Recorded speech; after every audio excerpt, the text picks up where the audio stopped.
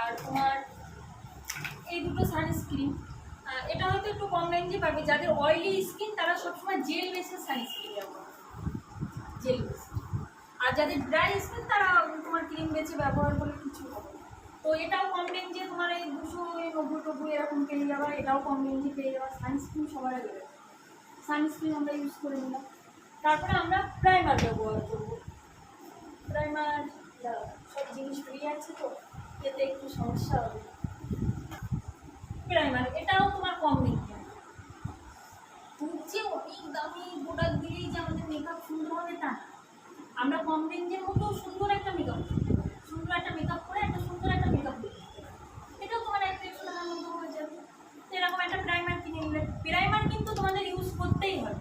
অনেকেই কী করে primer use করে না, কারেক্টিং করে না, তখন কী হয় ওদের মেকআপটা না প্যাচি টাইপের, কালো টাইপের হয়ে যায়। মেকআপের সেই উজ্জ্বলতা ভাবটা কেউ মনে আসছে, ডেটটা চলে আসবে। 240 টাকা দাম আছে, এটা ডিসকাউন্ট করে হয়তো একটু কম হবে।